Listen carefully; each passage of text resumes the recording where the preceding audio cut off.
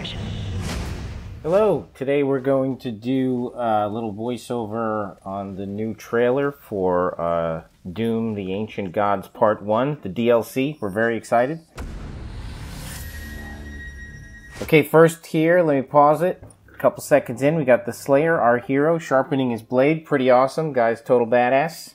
Just love this shot so much. Little bit of an homage there to the great Rambo films from the 80s, if anybody remembers. Then we have this gorgeous shot of Urdak, and that's where the climax of the DLC will take place, because you are there to rid heaven of the demons that have now taken over, and they are going to cause all kinds of problems, because our heaven, which is called Urdak, is kind of like this interdimensional highway, and the demons now have access to all these different dimensions. And of course, the Slayer has to do something about that. And to do that, let's see where the story goes here. What happens next in the trailer?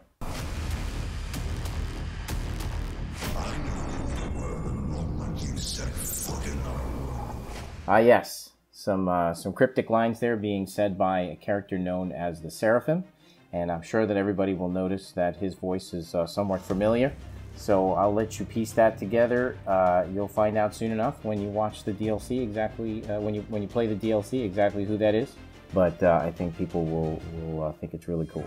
He says, "I knew who you were the moment we found you." Of course, that is in reference to the story from Doom 2016. What people should know is that this DLC is a two-parter, and essentially it is a two-part finale to the story that began in Doom 2016. There are certainly more Doom stories to tell inside the Doom universe, but the arc of this story will end with part 2 of the DLC. This is our return to the Jedi, as we like to say.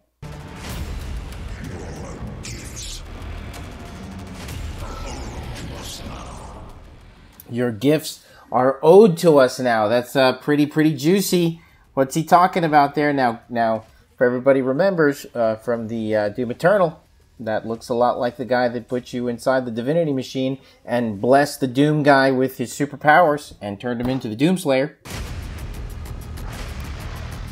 Slayer has arrived. Please proceed with control, but assertive aggression.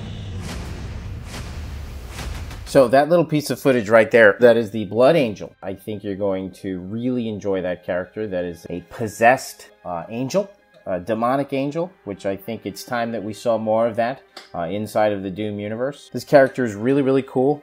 Some interesting mechanics, and she's going to ask the player to break away from some of their normal habits, and you have to engage her in a certain way. A lot of the new AI, you know, we understand that people have their way that they like to play, that they've developed over the course of Doom Eternal.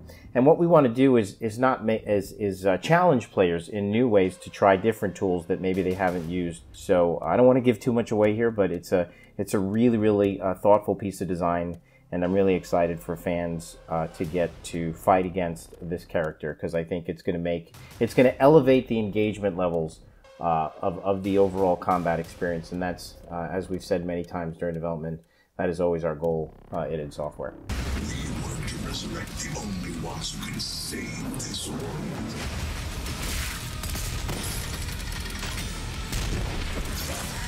That is the Blood Swamps, the Hell Swamps. That's a really cool location. That's one of the levels that is in the DLC. It's extremely awesome. So this sequence here, this is really cool. That is the Spirit AI, and you see that it is a resurrection of the Summoner AI from Doom 2016.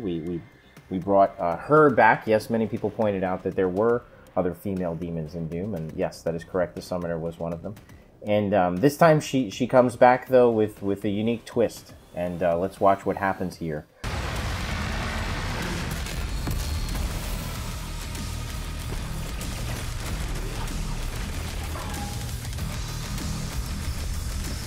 Obviously, she inhabits other demons, and she buffs them, and buffs them in a really unique way. It doesn't just give them more power or more speed. She actually makes it so you can't destroy their weak points, and they don't falter from attacks. So that makes them really formidable. And again, it breaks you out of your habits. The whole point of these characters. She's also very resistant to ballista shots.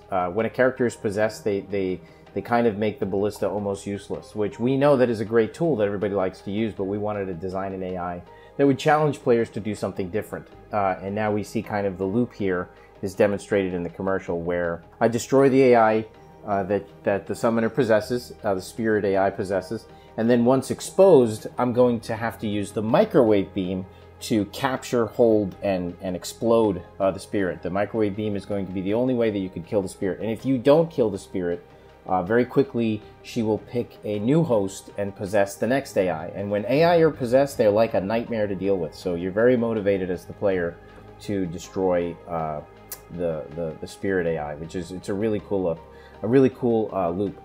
And yes, absolutely, the microwave beam, the spirit, the ghost. Of course, it's an homage to the film Ghostbusters because, you know, there's so much 80s and 90s nostalgia that makes it into this game. What can I say? I'm really old. So right there, that scene where the hand picks the character up, lifts it up, puts it on top of this crazy location inside of hell. You know, why is there this, you know, realm inside of hell on the top of this funky looking mountain? You know, all those things will be answered inside the story of the DLC and the lore pages that you pick up. It's as deep as ever, and it continues to expand the Doom universe. One of the things we're really proud of, though, here is that you'll see that the scope of this DLC, the places you go, the things you see, the stuff you fight, it's fantastic. I mean, I think the scope of this DLC is as good as anything that's in Eternal.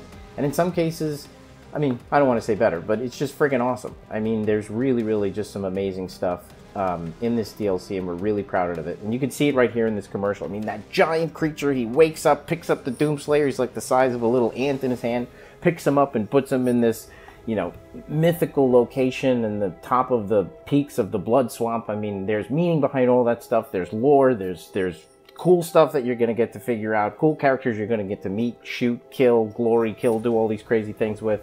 So we honestly think that people are going to freak out when they see this stuff. Let's watch the end here.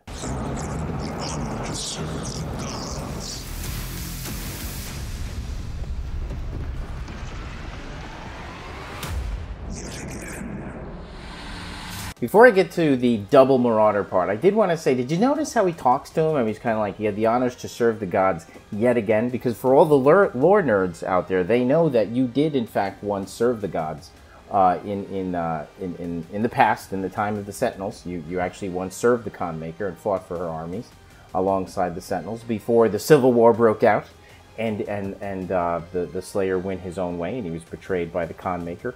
He's referencing things that you did in your past there. And it's interesting, right? Because I wonder if the Slayer's going to go along with all this, because he generally doesn't really listen to people. So let's see what he does.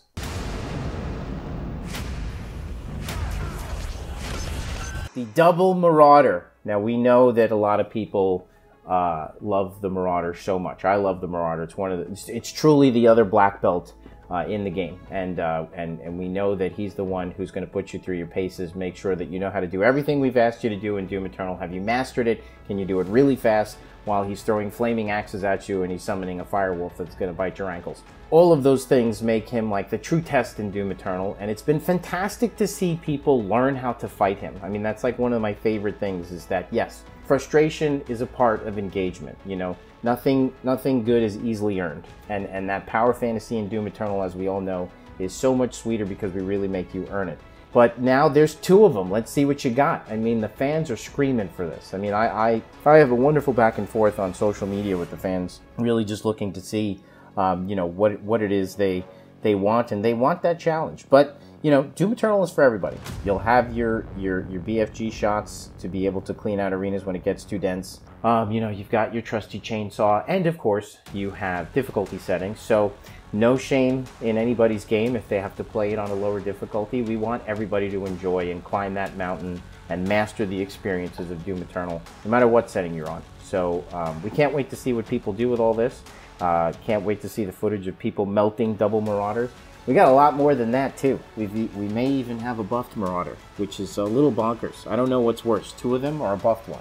So of course, and you don't want that spirit getting in that buff. That's one of the coolest things about the spirit, is if you don't kill the spirit soon enough and he makes it all the way to the end, then she's gonna buff a Marauder, and it's like a nightmare. So really cool stuff. I think this trailer is just fantastic.